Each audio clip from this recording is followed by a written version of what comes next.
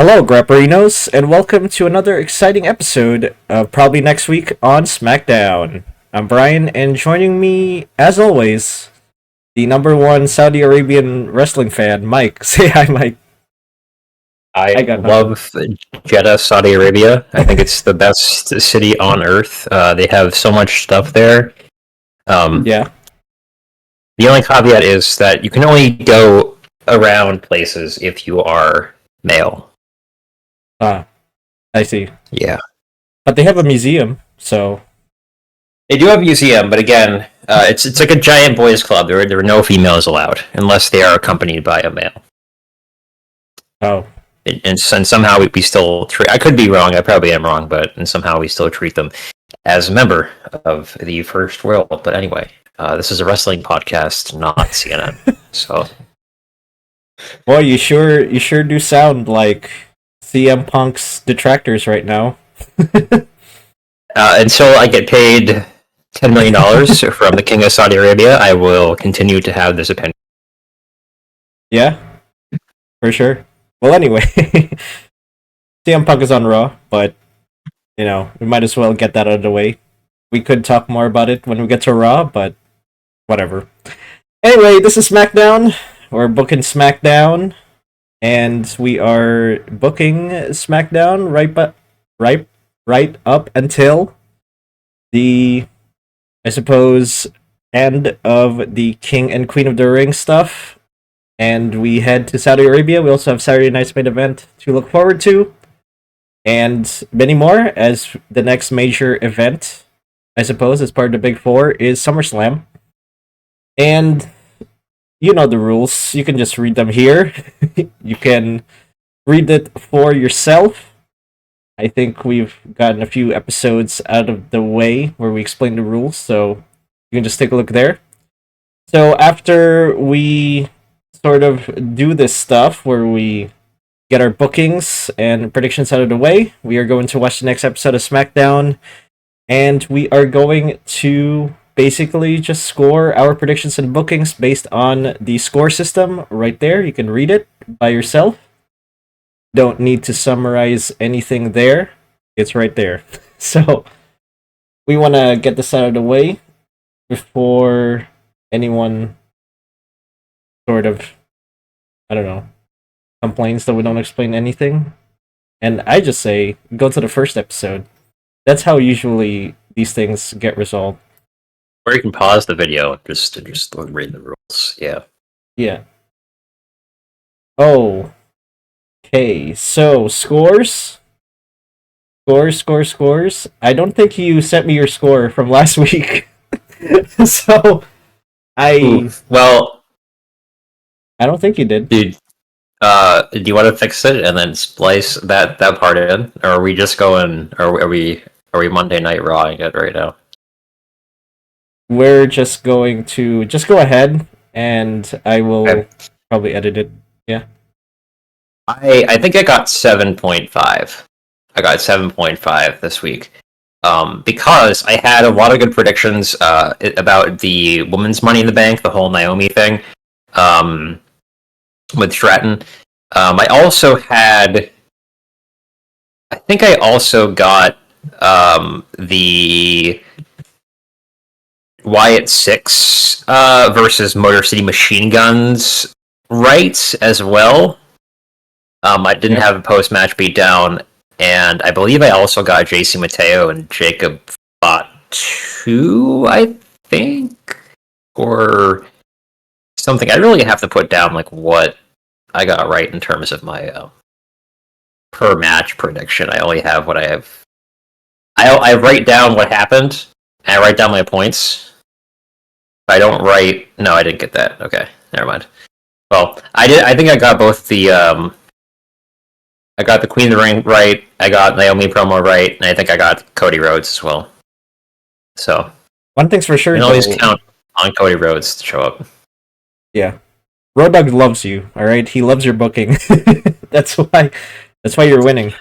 I'm unreasonably confident about my predictions this week, and I think it's because there was a lot that was already sort of announced for this show. Like, they already announced Solo announced that he was going to show up this week. Yep. They announced Chelsea versus Julia last week. Chelsea said that she wanted to fight. Well, I'm not going to get my predictions, but basically, there's a lot of stuff that happened.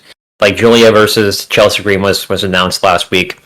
The King of the Ring, Queen of the Ring semifinals that were announced last week. So, and you also have John Cena versus Ron Killing as well. So, like that's like 5 things that were already announced for the show. So there's not much else that you need to put in. Now, I don't know, does that count against us? Because some of those, like for example, the Julia versus Chelsea Green wasn't officially announced. It was sort of like a backstage promo. Yeah. I'll let you go ahead. I didn't have that for my booking, okay. But it's... Okay, well, I already spoiled myself. Yeah, well, I guess if it does happen, then I suppose you get a point. Okay, all right. I'll stop spoiling myself. So. Yeah. Well, anyway, I feel like I lost already with that realization. Damn. And with that, let's take a look at the announced matches. As Mike stated, there were some implied, but I'm only taking a look at the official ones, which are Randy Orton and Sami Zayn, King of the Ring semifinals, Alexa Bliss versus Asuka in the Queen of the Ring semifinals, and R-Truth versus John Cena.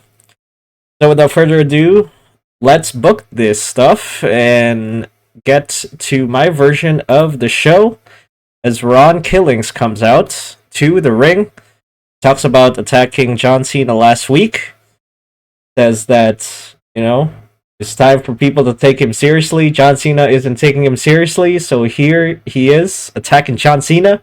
He wants Cena to take him seriously, just like the fans are starting to take him seriously. If the fans didn't take him seriously, they wouldn't have chanted, "We want truth," etc., etc. And we're gonna have John Cena come out and attack Truth, or Ron Killings, I should say. And then we're gonna have the smorgasbord of faces and heels come out. We're gonna have like Cody come out, and freaking Randy Orton come out, and the rest of the sort of King of the Ring participants come out and try to sort this mess out. And Nick Aldis is just gonna be like, "No, get the hell out! Everybody get out! Everybody get the hell out! This is my show." It's just gonna be utter chaos in the start of the show. And frankly, we kind of need it, because I think Smackdown is kind of not that great right now. But whatever. We then move on to... And because you've said this already, Mike, in the beginning of the show, I probably should have changed it, but whatever. I had Julia versus Zelina Vega on my end. I thought this would happen because last week they had a sort of confrontation backstage where I think either Zelina or Julia was like, "I'm gonna see you next week in a match," or something like that. So we have this match between them. I suppose if it doesn't happen, then yay, I suppose. Terrible booking decision by me, I suppose. But we're gonna have this end in a DQ, and it will lead to a title match between the two at either Saturday night's main event or Night of Champions. And that is that, I suppose. I don't know, not that much to say. Hopefully Zelina Vega can deliver us a good match, including a very good 619. How about that? That's all I want from Zelina at this point. Do not mess up the 619. We then move from that to DIY versus Wyatt Sicks, because last week they ran through... What was that tag team? Oh, Motor City Machine Guns to win that match. And now I guess they're going up against DIY, which is another tag team, and we're going to have Wyatt Sicks win by pinfall. And there's the usual chaos as all the other tag teams come out to sort out the Wyatt Sicks, but they just can't. They are unstoppable, and they're gonna be booked strong, damn it. And as Mike said a couple weeks ago, I think this will lead towards Street Profits versus the Wyatt Sicks for the Tag Team Championships, either at SummerSlam, or I guess we'll just say SummerSlam. And I think that's pretty much the deal with that. And we're gonna move on from that to the coveted Solo Sikoa promo, where Solo Sikoa, as Mike stated in the beginning, he offered a deal to Jacob Fatu, and this is I suppose, the time where they sort of talk about the deal, and he wants Jacob to accept the deal, and we're gonna have Jacob come out per Solo Sikoa's request, and Jacob comes out, he refuses the deal, and Solo is like, alright, there are consequences to the deal, as I said last week, and he sends JC Mateo after Jacob, and tries to beat him up, but Jacob Fatu wins that whole confrontation, and he tries to go after Solo, but Solo just gets out of the arena. And this may lead to JC Mateo versus Solo Sikoa for the US Championship at Night of Champions. Could also be at Saturday night's main event, but we're going to start off with that first, and then we're going to head to Solo versus Jacob at SummerSlam. After that whole feud between JC and Solo gets sorted out, I guess. We're going to have JC as sort of a stopgap between him and Solo. So that's what I will say about that. We're going to move on to Alexa Bliss versus Asuka in the Queen of the Ring semifinals. And as much as people like Alexa Bliss, I think Asuka's going to win this one. She's going to win by pinfall. And she is going on to the finals to face whoever wins that other. I think it's Jade versus Roxanne. Is that right? I think so. But yeah, I think Asuka is going to win that one. Hopefully she does. I think she's great as a wrestler. And her return is definitely much needed, for sure. We're going to move from that to the King of the Ring semifinals as Randy Orton takes on Sami Zayn. As I said a couple weeks ago, I'm going to have Randy Orton win here by pinfall. I think the plan is Randy Orton versus Cody Rhodes in the finals. And my booking is going to be that. It's going to lead to Randy versus Cody in the finals. And unfortunately, I'm going to have Cody win that one. And Cody is going to face John Cena at SummerSlam for that undisputed WWE Championship, which at this point should be called the WWE Championship, but whatever. So after that, we are going to R-Truth versus John Cena, even though his name is Ron Killings, but okay, whatever. I guess we're still calling him R-Truth. So in this match, I'm gonna expect like a 10-15 minute debacle here. Obviously, they want R-Truth to be taken seriously.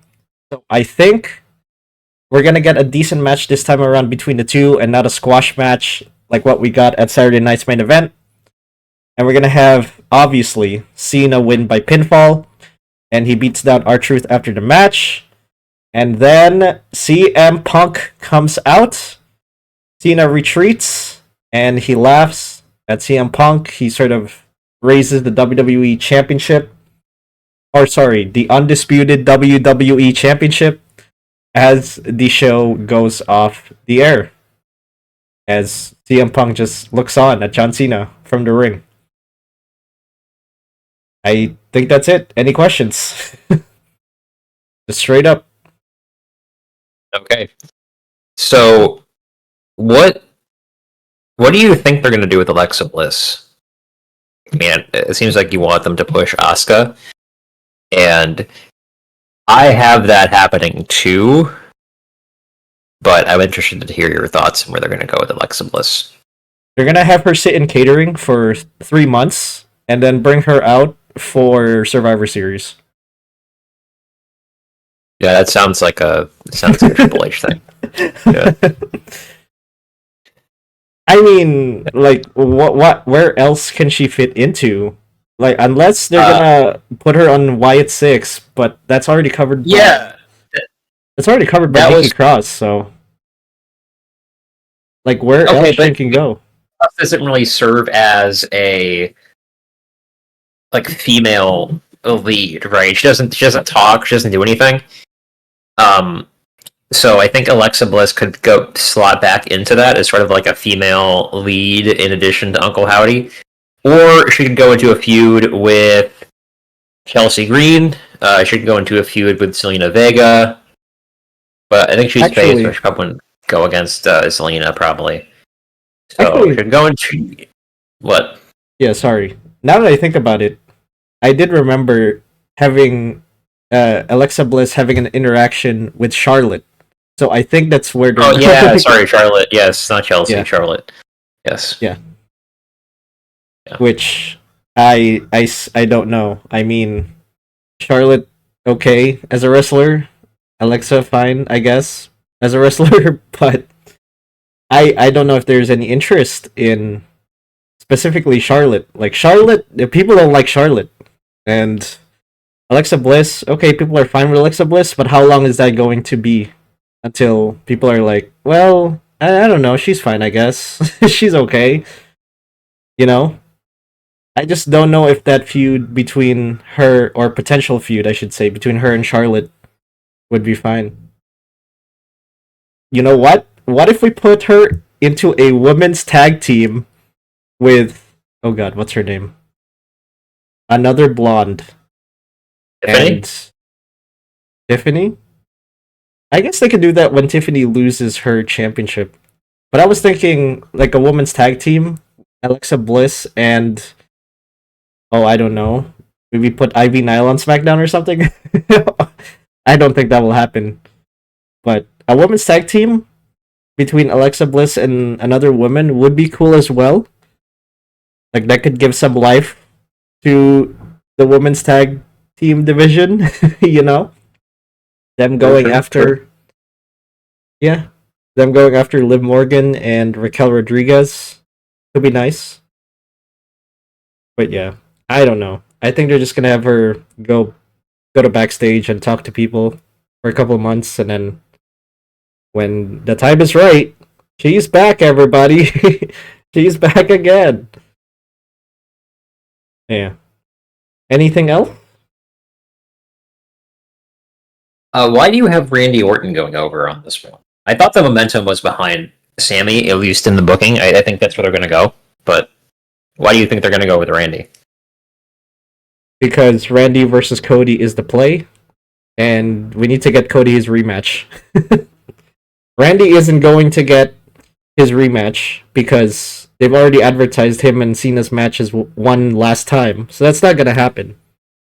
So I think it's going to be Cody Rhodes versus John Cena again at SummerSlam. After Punk tries to get at Cena. I just have this gut feeling that they're gonna rerun Cody and Cena because I don't know, people didn't like the WrestleMania match, so they're like, okay, let's do it one more time and do it right. So I think that is the play there. If they go Sami Zayn, I'd be surprised. Especially since Sami Zayn hasn't really been given that much of a push, in my opinion. And also, Sami Zayn has to factor into the Seth Rollins storyline, and you know how Seth Rollins loves intervening, especially his faction. So I don't think Sami Zayn will win. So I just have this gut feeling that Randy Orton's going to win. And we're going to have Cody win the whole tournament. Okay. All right. Okay. Anything else before we move on to your show? No. I'm ready to move on to my card. All right. Let's do it. Starting off with... I start off with Solo Sikoa. This is the promo that he alluded to last week in his call with a very misinformed Jacob Fatu behind him. Bro was wearing sunglasses indoors in a dark room. But I don't blame him. Okay, maybe he's maybe he is the one that is all gas and we don't know. But anyway, this goes as you would expect. He waits for Fatu to come out and apologize. About like a minute, maybe a minute and a half comes by before Fatu comes out. Fatu does not say anything during this. He doesn't apologize to Solo. JC Mateo attacks Fatu from behind. Solo joins in, and then Solo challenges Fatu to a U.S. title fight at Night of Champions. And that's how this ends.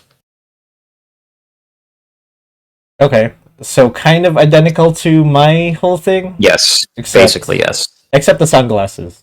Can never Except for forget the sunglasses. Yeah. Yes. You can wear sunglasses at night. There's a song about that. Indoors? Indoors, yeah. In a poorly lit room? Do they even matter? I mean, hey man, if Solo can be funny, then all the possibilities are there. You can wear sunglasses indoors in a poorly lit room. So, all right, we go from that to. After this, I have the Queen of the Ring semifinals between Asuka and Alexa Bliss. I think Asuka wins this one. Like I said earlier, I think Alexa has some other avenues she can go down. I think they want to push Asuka back up to the top of the card. Whether that's a tag team for the women's tag team titles, which really do need a new host because, goddamn, they haven't defended them for months, and they really need to defend them at some point. Yeah. So whether she's going to tag up again with Io Sky, or she's on Raw, my bad. Whether she tags up again with Kairi Sane or one of the other Japanese wrestlers, you don't know, but I think she gets pushed up to the top of the card for a couple of reasons, and Alexa can go off and feud with why do I keep confusing Chelsea and Charlotte? Probably because they're both like Karen-esque motherfuckers who start with C. Yeah. Okay. If she goes off to feud with Charlotte, I'm going to call her Flair because that's a little easier to remember in my head. She goes off to feud with Flair. Yes. Okay. Yeah. Makes sense. Kind of like mine. Moving on. So I have Julia versus Chelsea Green.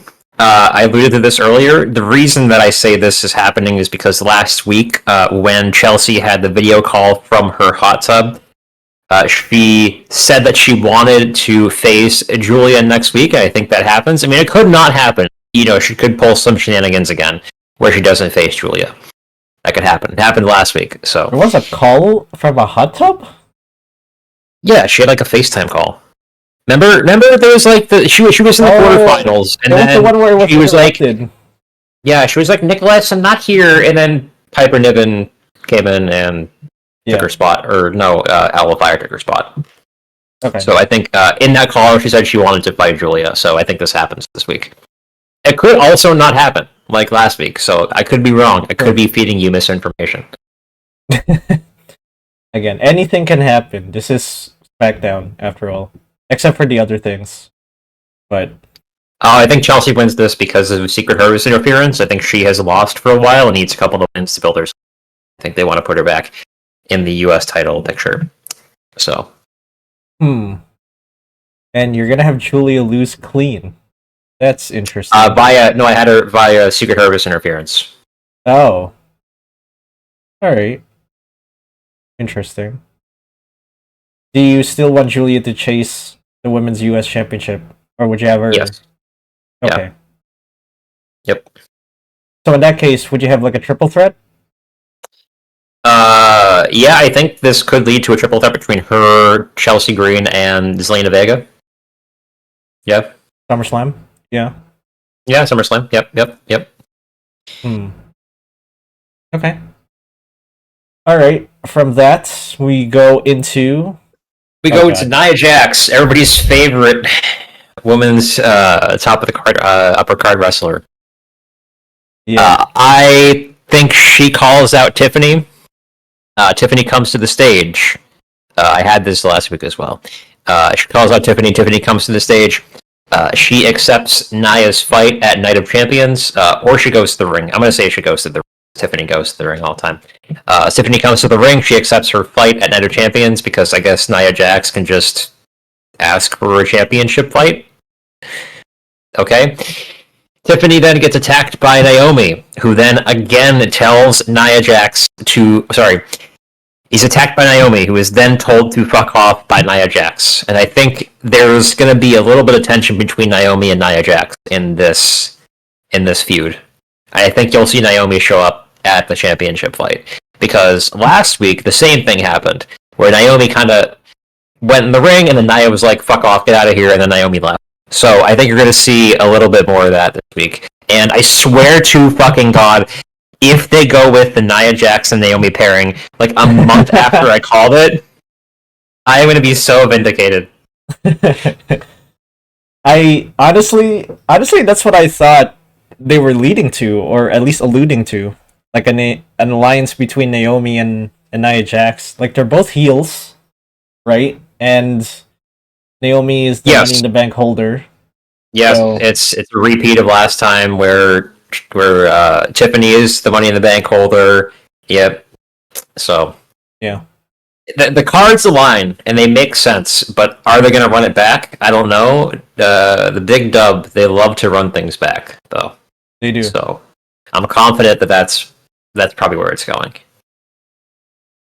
So I don't know if you have this plan for Evolution 2, where you have like a tag team match, I suppose. Nia Jax and Naomi versus Stratton and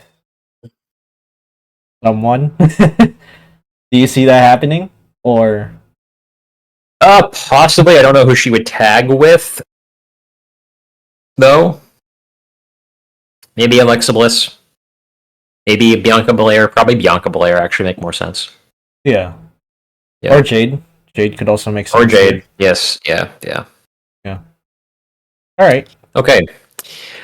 So we go on to the Wyatt Sicks weekly takedown of a tag team, and this time it is Fraxium. Again, I think you have a backstage segment where they all draw straws, either figuratively or literally, and Fraxium are up next to the chopping block, and they lose via pinfall. Again, I think this is building up to the Wyatt Sicks eventually challenging the Street Profits at SummerSlam, and I think they went clean. I was going to predict last week that they actually went heel, but then I realized it wouldn't make sense if you had a heel versus heel fight. I mean, it would make sense if they're heel because they're like a group of spooky people, but I guess they're good spooky people. So I'd like to think of them as anti-heroes. Like, so they're like, yeah, okay, kind of, yeah, I suppose. Okay. But I think this is going to be another situation where the audience kind of cares because the Wyatt Sicks are here. Honestly, like, they've been a little bit underwhelming. Yeah, they've been a little bit underwhelming, and honestly, I think Wyatt Sicks should go to Raw, honestly, because like the SmackDown tag team division has actually been really good. Like all the teams, except for probably Pretty Deadly, who are the jobbers, like every team has been really good. Like Fraxium, Street Profits, DIY, Motor City Machine Guns, like they're all like really good. On Raw, you have 3 teams. You have like New Day, the War Raiders, the New Day, and American Made. Yeah. So I think the Wyatt Sicks should go there, but maybe they do. Maybe they try to unify the tag titles because they want to book them as like the super strong heel, like face faction or whatever. I don't know. What if you make the SmackDown title the undisputed WWE Tag Team Championships? I think the SmackDown are the WWE Championship, right? And then the Raw ones are like the World Tag Team Champion. Yeah. Okay. All right. Sure. I mean, might as well, right? But okay. Is it undisputed if there's another person with the title? it's very much disputed. It's the old George Carlin joke. It's like, why do they call it disputed? What's all the fighting about? I don't know, man. Go ask Trips, I suppose. And from that, this goes into the King of the Ring semifinals between Sami Zayn and Randy Orton, and I think Sami Zayn wins via pinfall. Here's why I think Sami Zayn wins. I think Sami is being pushed to the upper card. I think there's also this B plot, for lack of a better term, of Karrion Kross. Karrion Kross has been bothering Sami Zayn for a while, saying that he's been following his advice, and Sami's like, I haven't been following your advice, I just out winning. So there's that subplot that's going on. I think that, again, that happens where Sami Zayn wins. Karrion Kross is like, yeah, good job, Sami, see, you're following what I told you, and bro, who the fuck are you? Literally. And I think this leads to Sami versus Cody Rhodes. Obviously, Sami Zayn, as you know, is very popular in Saudi Arabia because he is Muslim. So I think there's that added in as well. They always like to bring him out for the Saudi shows, so that makes sense to me. Orton, I think, hangs on for a little bit, sits in catering for a little while until Cody gets the belt back, and he goes after Cody. So, I'm thinking that with Karrion Kross, I guess not belittling, but I don't know, saying some stuff to Sami Zayn, we are slow burning a Sami Zayn heel turn. Do you buy Sami Zayn as a heel? And do you think this goes that is a good question. Yeah. I think he does go heel eventually. Right. But do you see it going anywhere? Maybe he wins some championships, maybe he develops some relationship with Seth's faction? Like, I don't know. Where do you see Sami Zayn as a bad guy? And do you think there's going to be some success tied to that? I think where this leads is Karrion Kross. I actually never considered Sami turning heel at this point. I think Karrion Kross gets Sami to sort of become a heel by trying everything to get to the top. And I think he becomes sort of this, like, almost like Kevin Owens is, where he's like very much like, I was wronged, I'm in the right, all of you are wrong. I'm like, my opinion is correct. You know, like, I've been betrayed, I've been belittled. Like, this is my thing, I deserve it. He's very much in that Kevin Owens lane. I think that's where they go with this, but that's literally off the top of my head. I don't know anything else. I actually never considered him turning heel. Well, it would make sense if Cody gets the belt back. Yeah, it would make sense if Cody gets the belt back because he needs guys to go up against after. So, yeah, Sami Zayn wins clean. Yeah, Cena needs more, I suppose, faces to go up. Again, I wouldn't mind. I would be surprised if Sami Zayn wins, and I wouldn't mind it. It's something new, at least, and you know, Randy Orton can always go back to that spotlight, as you said, when Cody wins it back. But yeah, I don't know. I just think they like being safe and predictable. So that's why I went with the other. I agree, but they did give Vaquer the win last week, so right. They are pushing new talent, and I think. I mean, you can say that this isn't the safe pick going with Orton, but like, Orton doesn't need to be saved. Like, he's Randy Orton. He'll still sell tickets even if he loses this fight. Yeah, because he's Randy Orton. You don't need to push him. Yeah. So I don't think a loss does anything to him this time. All right. We shall see what happens then. And from that, we go to the main event. So, John Cena and Ron Killings. Not R-Truth. Ron Killings. Cena wins via pinfall. Post-match beatdown by John Cena on Ron Killings. Interrupted by CM Punk, who helps him turn the tables. And Cena runs away and is chased by Ron Killings. Now, there is a very intrusive thought in my head that says R-Truth wins... John Cena wins via DQ, thanks to R-Truth, thanks to Ron Killings using a weapon, maybe the title belt, maybe something else. Huh. But because I think they want to paint him as this unhinged guy who got released and then came back and because he got released by a company that he had put so much effort into and was loyal to for so many years, he just became unhinged. Okay. And he is going to go nuts. And that, I think, is where they are going with this. And part of me thinks they might do a DQ, but I think this starts his heel turn in terms of him becoming even more unhinged. Where he goes up against Cena, he tries to, they have him try to be sort of a face, maybe a tweener in this match. And then after Cena beats him, he's like, I have to go all out because, I'm super serious now, Ron Killings, and he goes fucking mental and starts beating people with chairs and shit. So. Yeah. Okay, I can definitely see that. I think R-Truth as a heel would be nice. Again, it's just a change of norm from what we're used to seeing. And I think that definitely could happen. It's just a matter of whether or not R-Truth is going to succeed in, again, just going after Cena. Because I think him going heel is mainly due to the fact that John Cena doesn't take him seriously, and he has that sort of relationship with John Cena. So after this feud with John Cena, where does R-Truth go? Right?